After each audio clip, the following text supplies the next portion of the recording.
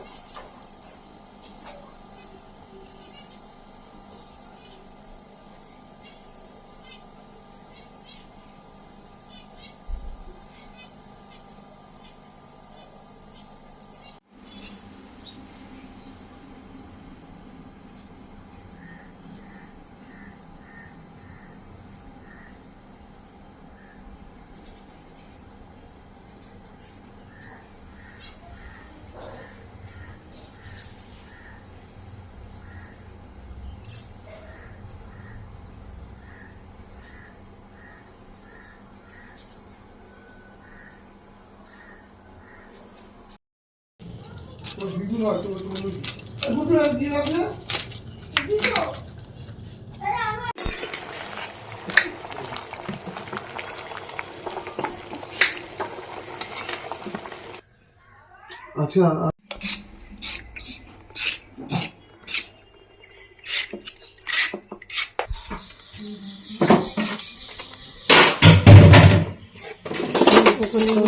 ভাজতে দিয়ে দেব।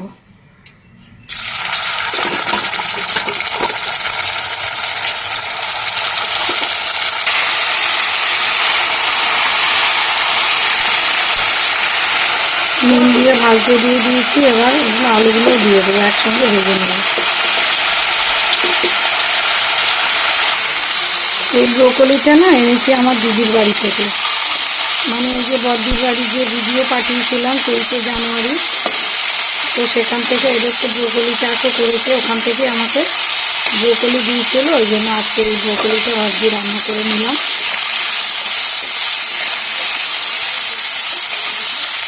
এদিকে ব্রোকলি আর আলু ভাজা হয়ে গেছে, দিয়ে দেবো পেঁয়াজ আর টমেটো কুচি।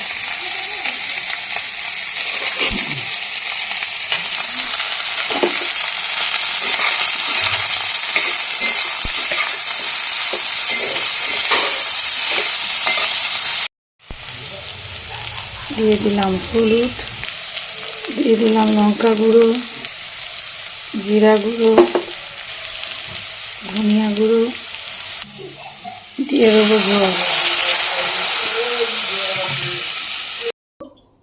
সানডেতে সাধারণত আমাদের মাংস হয়, কিন্তু আজ আর মাংস বানাবো না, ডিম করব। সকালের জন্য ডিম খাইনি আজকে, দুপুরে খাবো ডিম।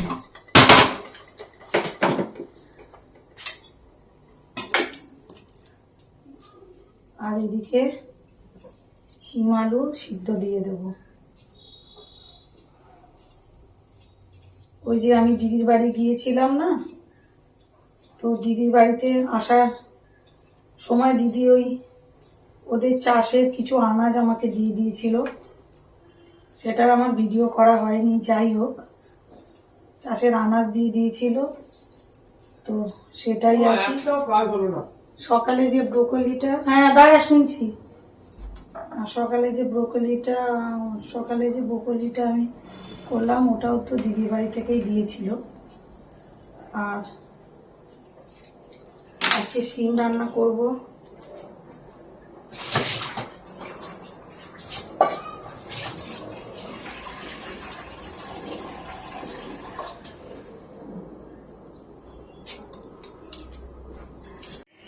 এই যে এই আনাজগুলো কিছুই আমার কেনা না, সবই দিদি দিয়েছে। আরও আছে, অন্য ফ্রিজের মধ্যে আছে, ফুলকপি আছে, বকলি আছে, সব রকম মিশিয়ে দিয়েছে। যা যা গাছে হয়েছিল সবই একটু একটু করে দিয়েছে। এটাই 2-3 দিন ধরে রোজই তো একটু একটু করে খাচ্ছে। আমার তো অনেক দিনই হয়ে যাবে এটা। আর এদিকে নতুন আলু নিয়ে নিয়েছি, এই যে এটা দিয়ে ডিমের ঝোল বানাবো। নতুন আলু খেতে খুব ভালো লাগে, সেই জন্য এটা দিয়ে ডিমের ঝোল বানাবো। এদিকে নতুন আলুগুলো না এত শক্ত হয়, মোটেই সিদ্ধ হতে চায় না। টেস্ট হয় খুবই ভালো, তাই জন্য একটু সিদ্ধ করে নিচ্ছি।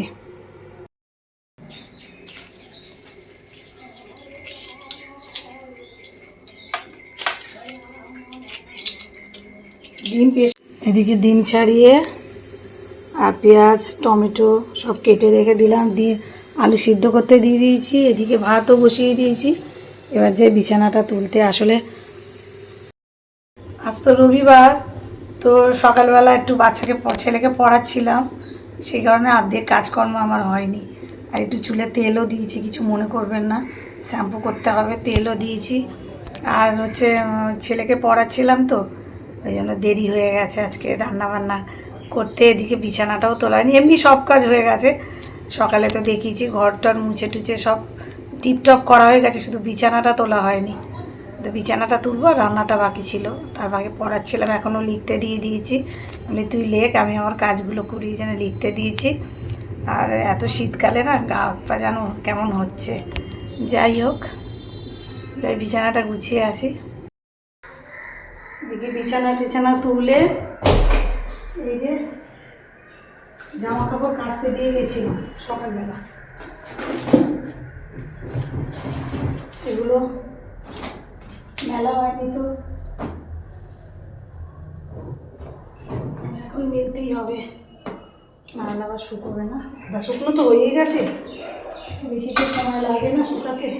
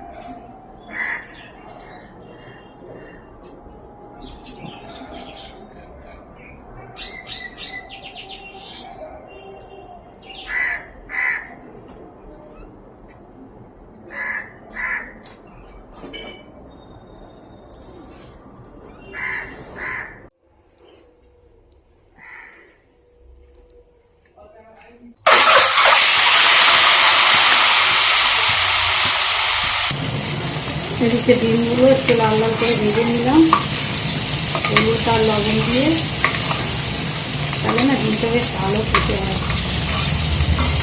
যাই হোক, ডিম খেতে সবাই ভালোবাসে। সিদ্ধ করা আলুগুলো একটু নুনের মতো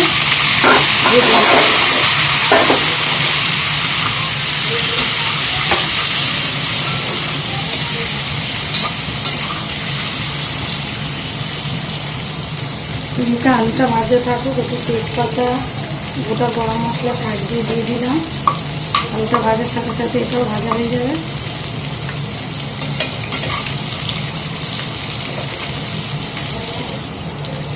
এদিকে আলুটা তো মোটামুটি ভাজা হয়ে গেছে, দিয়ে দিলাম একটু তেল। এবার পেঁয়াজ টমেটো এগুলো সব দিয়ে দেবো আস্তে আস্তে।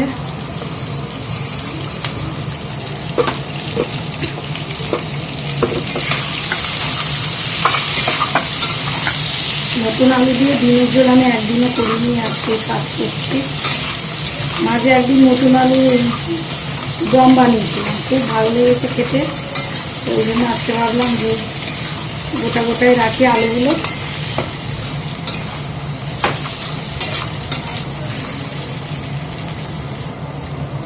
আর একটু এই যে গাছ থেকে সজনা ফুল পড়েছিল, এটা এই এর মধ্যে দিয়ে দিচ্ছি। এই সময় তো সজনা ফুল খুবই ভালো, খাওয়া খুব উচিত আর কি প্রত্যেকের। এই যে গরম, শীত থেকে যে গরম পড়ছে, এই সময় সজনা ফুল যতই দাম হোক বন্ধুরা, অল্প করে হলেও কিনে যে কোনো তরকারিতে দিয়ে বা বড়া করে তো অনেক কিছুই করে খাওয়া যায়। আমি আর বড়া করলাম না, এইটুকু বলে এর মধ্যে দিয়ে দিলাম। তাহলে কী হবে, বাচ্চারা বুঝতে পারবে না, এগুলো খেয়ে নেবে, তো ওদের খাওয়াটাও হয়ে যাবে। আর এমনি যদি বলি সজনা ফুল না, একদমই খেতে চায় না, ওই জন্যই তরকারির মধ্যেই দিয়ে দিলাম, তাহলে সবারই খাওয়া হবে। এবার দিয়ে দেবো আদা রসুন পেস্ট।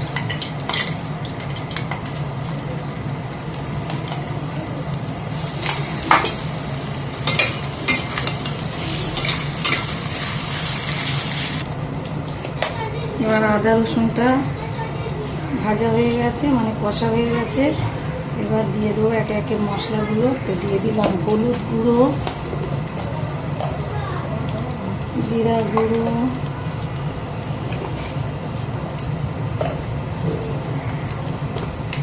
ধনিয়া গুঁড়ো,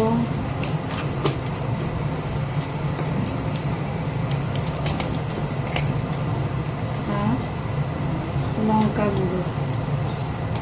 ব্যাস, সব রকম মশলা দিয়ে দিয়েছি। তরকারি তো টেস্ট হতেই হবে এত রকম মশলা দিলে, তাই না বলুন? খেতে খুব ভালোই হবে আশা করি। এবার গ্যাসটাকে কমিয়ে আস্তে আস্তে ভালো করে ভেজে নেব, মানে কষিয়ে নেব আর কি মশলাটা।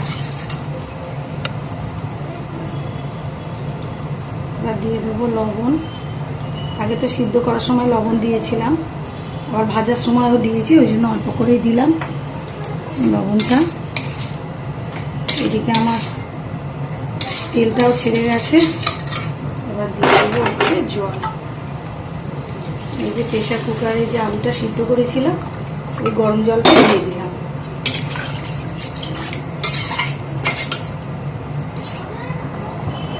এবার ঝোলটা ফুটে গেছে, ডিম আর দুটো কাঁচা লঙ্কা দিয়ে দিলাম। কাঁচা লঙ্কাটা আমরা ভাতের সাথে খাবো আর কি, খুব ভালো লাগে। আর তখন একটু গরম জল দিয়েছিলাম না প্রেশার কুকার থেকে, আরও একটু জল দিয়ে দিয়েছি। আমি দেখলাম আমাদের একটু ঝোল আর ডিমের ঝোল ভাত, তো একটু ঝোল লাগবে, ওই জন্য আর একটু ঠান্ডা জলই দিয়ে দিয়েছিলাম।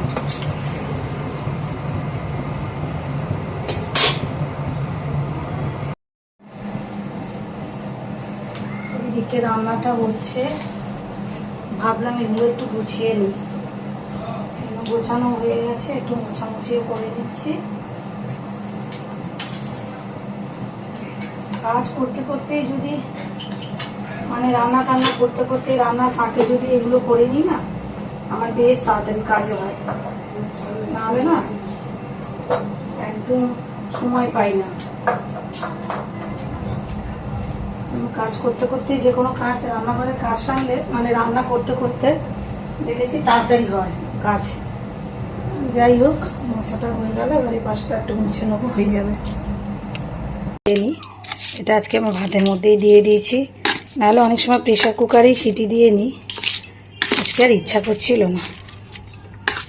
ডিম প্রেশার কুকারে সিটি দিয়েই নিয়েছি অবশ্য, আর ভাতের মধ্যেই দিয়ে দিলাম। ভাতের মধ্যে দিলে একটা আলাদা টেস্টও হয় যদিও।